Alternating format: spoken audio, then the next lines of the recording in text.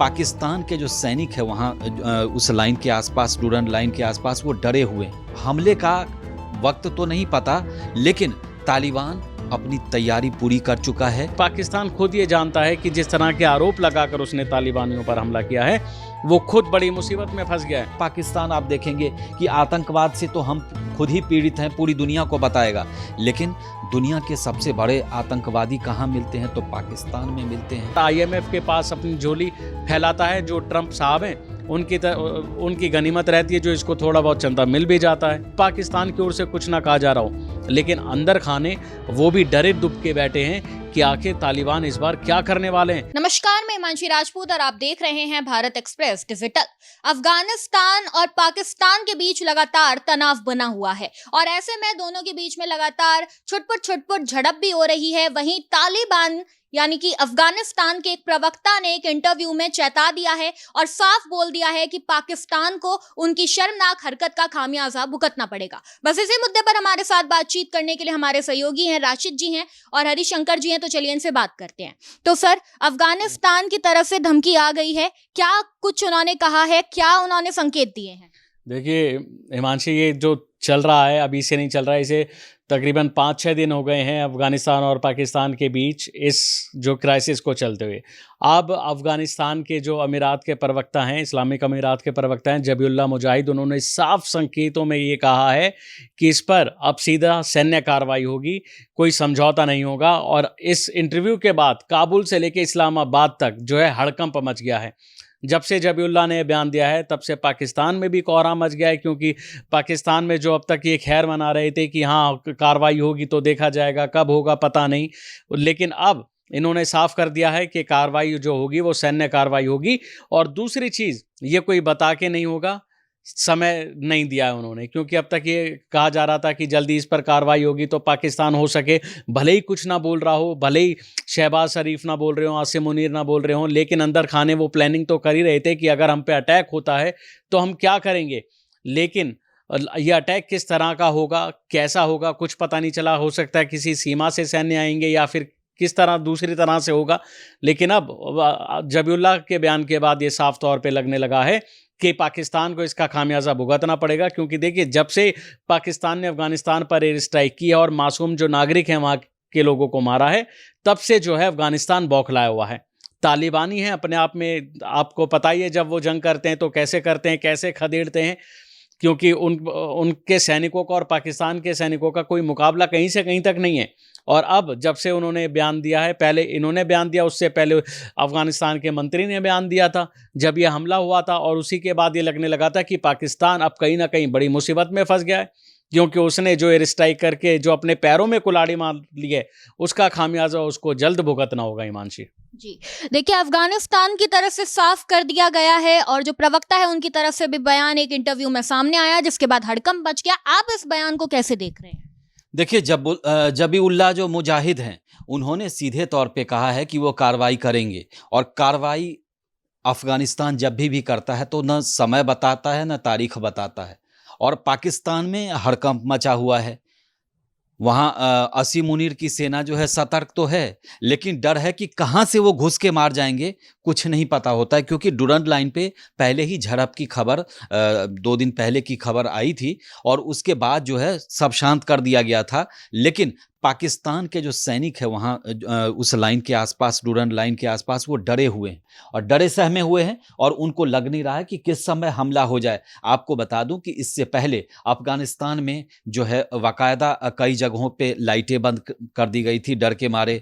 उसके बाद कुछ जगह पर पार्किंग में ये किया गया था। उसके बाद कुछ शहरों में हलचल थी, लेकिन उनको लगा कि ऐसा तो नहीं है कि वो हमला करने वाले हैं। तो पाकिस्तान अंदर अंदर से डरा हुआ है, चाहे वहाँ की सरकार हो, शहबाज शरीफ हो या फिर असीम मुनीर हो, लगातार वो इस चीज़ की निगरानी, लेकिन सब खामोशी से, क्योंकि पाकिस्तान खामोशी से सब कुछ देख रहा है, अपनी तैयारी तो कर रहा है बचने की, लेकिन सब कुछ खामोशी से इसलिए देख रहा है कि एक उसने भारी गलती कर दी है, चाहे जानबूझकर किया हो या अमेरिका के कहने पे, लेकिन उसने जी ये जो गलती की है उसको लग रहा है कि तालिबान को अगर उसने छेड़ा है तो वो उनको छोड़ने वाला तो नहीं है किसी कीमत पे नहीं। और ऐसा कभी हुआ नहीं है कि पाकिस्तान ने स्ट्राइक की हो या पाकिस्तान ने हमला किया हो और तालिबान ने जवाब नहीं दिया हो, लेकिन वो समय की तलाश में है, वो अपनी तैयारी में है और वो लगातार उनके कोई ना कोई नेता हों, चाहे मंत्री हों, चाहे प्रवक्ता हों, जो अभी जो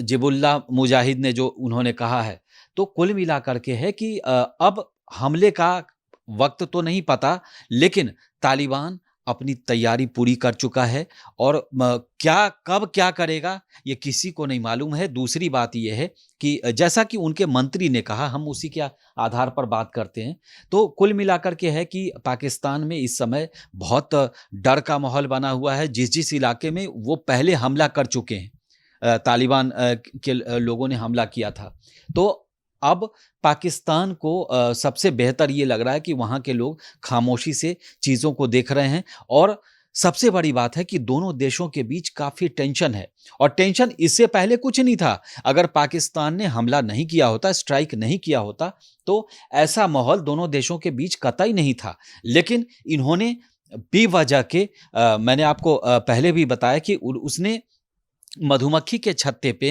बेवजह के हाथ डाला है पाकिस्तान ने, ये देखते हुए कि वो लगातार बीएलओ से लड़ नहीं पा रहा है बलूचिस्तान में। उसके बाद सिंध प्रांत में वैसे ही बहुत असंतोष है। उसके बाद आप पीओके में चले जाइए, वहाँ जनता भारी असंतोष है।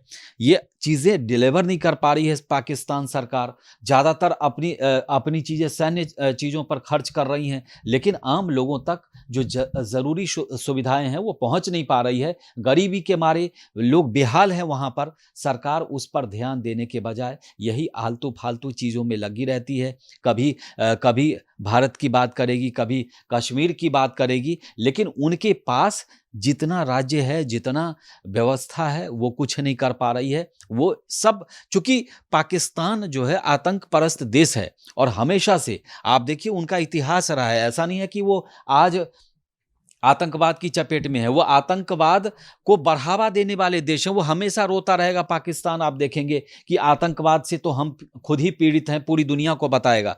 लेकिन दुनिया के सबसे बड़े आतंकवादी कहाँ मिलते हैं? तो पाकिस्तान में मिलते हैं। आप देख लीजिए, ओसामा बिन लादेन पूरी दुनिया में अमेरिका खोजता रहा, कहाँ मिला?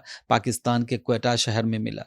तो कुल मिलाकर के है कि आप कुछ भी कह लें, कैसे भी कह लें, लेकिन पाकिस्तान जो है अपनी हरकतों से बाज नहीं आने वाला और अब ये खामियाजा उसको भुगतना ही होगा।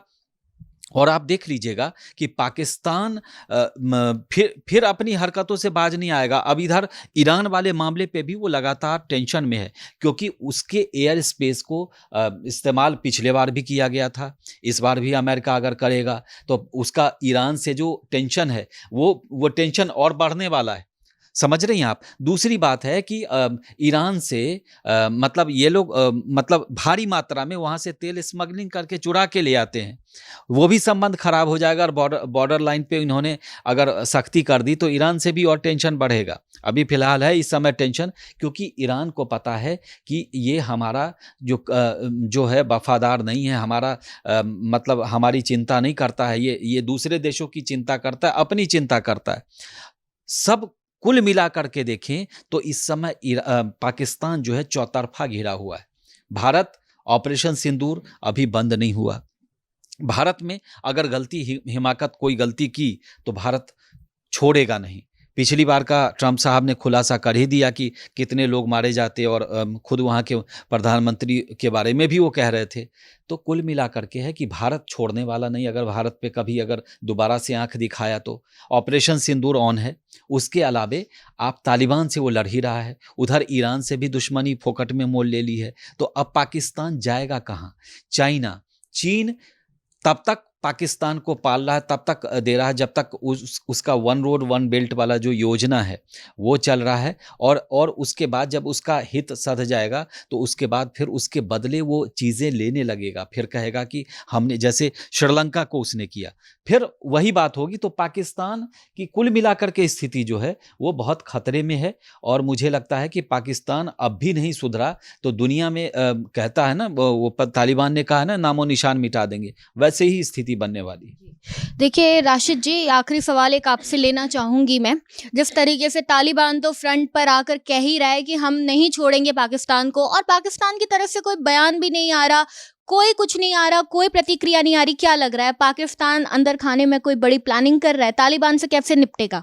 देखिए, देखा जाए तो 21-22 की रात जब पाकिस्तान ने अफगानिस्तान पर एयर स्ट्राइक की, तब देखा जाए तो अफगानिस्तान के कई ठिकानों को उसने निशाना बनाया, जिसमें 19 लोगों की जान गई, ठीक है। और लेकिन पाकिस्तान तभी से ये सिर्फ उसने ये दावा किया था कि हमने जो है वहाँ के 70 आतंकियों को मारा है, जबकि दूसरी ओर देखें तो अफगानिस्तान जो कि ये लगातार ये कह रहा है तालिबान कि इसमें कोई आतंकी जो है वो नहीं था, और जो मारे गए हैं वो 19 लोग थे, जिसमें एक परिवार था।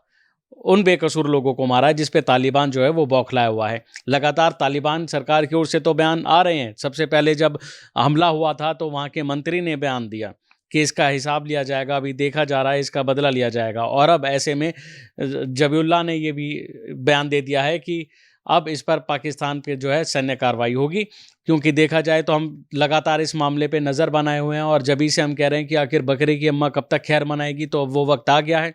और देखा जाए तो जल्द ही अफगानिस्तान कोई बड़ा हमला या फिर किसी भी तरह से पाकिस्तान को सबक सिखा सकता है, क्योंकि पाकिस्तान ने जब से ये हमला किया है तब से लगातार वो एयर स्ट्राइक तो उसने कर दिया। हालांकि उसको खुद को भी ये मालूम है कि हमला करके हमने गलती तो कर दी है, लेकिन उसके बाद उस पर कहने को है क्या, है ना। ना आसिम मुनीर जब से दिख रहे हैं, ना शहबाज शरीफ जब से दिख रहे हैं, कोई बयान सामने नहीं आ रहा है, कोई मीडिया की रिपोर्ट्स नहीं निकल रही हैं, क्योंकि पाकिस्तान खुद ये जानता है कि जिस तरह के आरोप लगाकर उसने तालिबानियों पर हमला किया है वो खुद बड़ी मुसीबत में फंस गया है। पाकिस्तान का ये आरोप था कि हमारे यहाँ पर जो है आत्मघाती हमले हुए हैं, और उसका आरोप उसने अफगानिस्तान पर लगाया, अफगानिस्तान के आतंकियों पर लगाया, क्योंकि हाल ही में जो है पाकिस्तान के अंदर देखी भी ऐसी घटनाएं गई जब आत्मघाती हमले हुए तो उसमें कई लोगों की जान गई, कितने लोग घायल हुए। लेकिन इसका आरोप लगाना, आप ऐसे देश में जहाँ बैठे हैं, आप ऐसे देश को चलाते हैं जहाँ जो खुद पूरी दुनिया में एक आतंकियों को लेके प्रेजेंट करता है, जो खुद पूरी दुनिया को पता है कि यहाँ पर आतंकियों का बोलबाला है, यहाँ से आतंकी निकलते हैं, ये किसी को बताने की ज़रूरत तो है नहीं। तमाम देश, तमाम दुनिया में उसके साथ कैसा व्यवहार किया जाता है पाकिस्तान के साथ पता ही है।